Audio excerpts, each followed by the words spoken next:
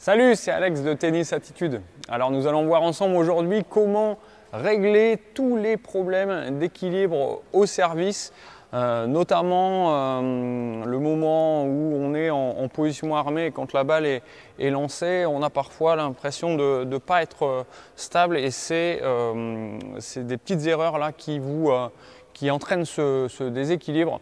Et donc on va aborder tout ça. Je vous propose de l'aborder dans une série de 3 vidéos. Alors on commence tout de suite aujourd'hui.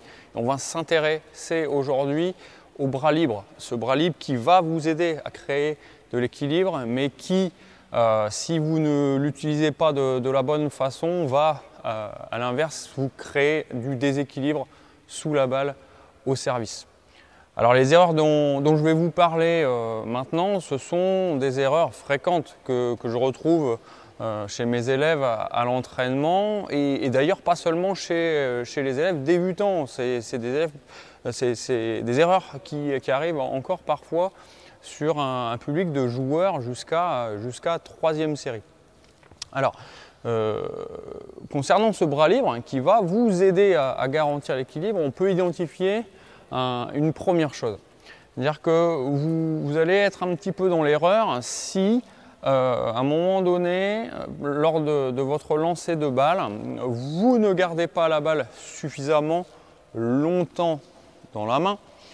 C'est-à-dire qu'au lieu de porter la balle et de la lâcher à peu près à hauteur du regard, on se retrouve parfois à la lancée de trop bas, ce qui va entraîner obligatoirement des lancers de balle peu précis et qui va engendrer derrière forcément des déséquilibres au moment de frapper la balle.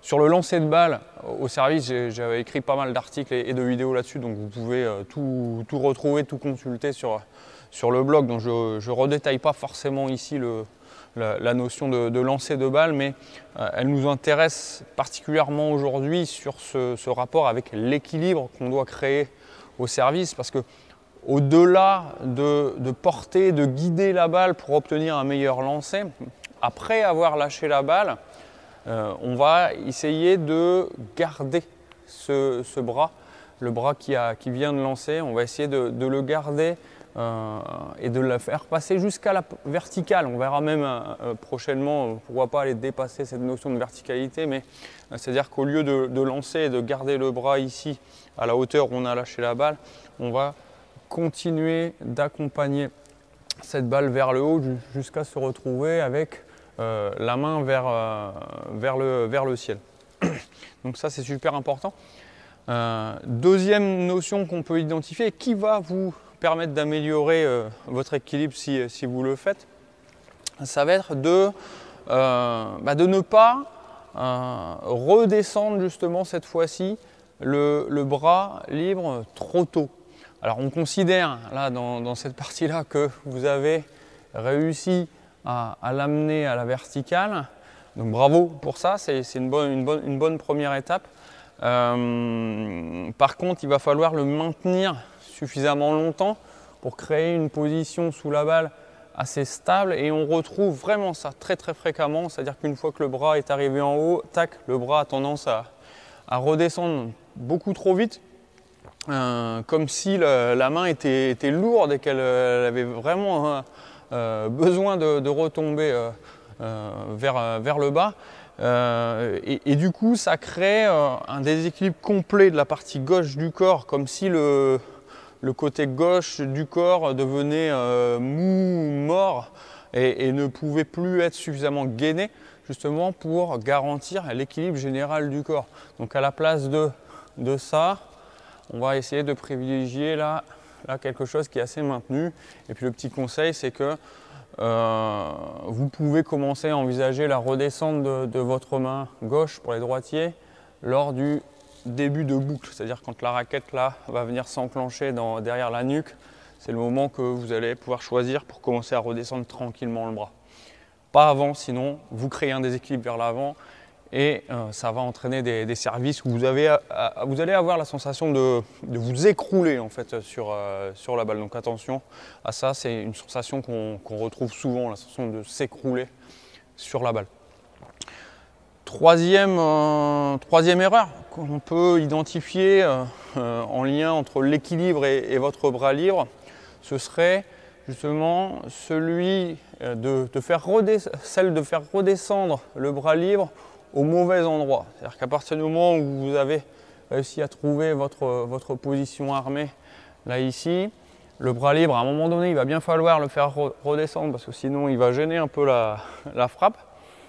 Donc on va essayer plutôt de le faire redescendre un petit peu sur le côté, sur votre droite. Allez, on va dire prenez un repère entre 1 heure et 3 heures.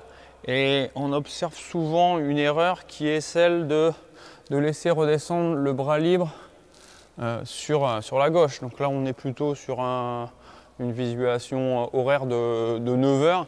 Et ça va entraîner une surrotation du corps, une espèce de dévissage là ici. Et donc à l'impact, à nouveau, là, on est sur quelque chose de plus trop équilibré, plus trop gainé. Donc on va plutôt préférer là ici dans une redescente, là ici, redescendre tranquillement le bras sur le côté. Et puis l'autre petite astuce aussi, ce serait éventuellement là dans le cadre d'un entraînement spécifique sur le rôle du bras libre au service, ce serait bien de faire redescendre tout simplement votre main sur le bas-ventre. Voilà, là, ici, si vous servez là ici sur ce fonctionnement là, vous devriez être pas trop mal au niveau de votre équilibre. Donc voilà pour ce petit chapitre.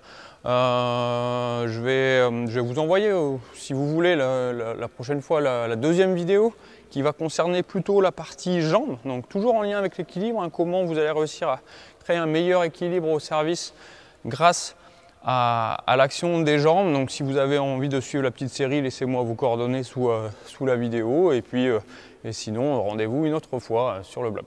À bientôt, salut!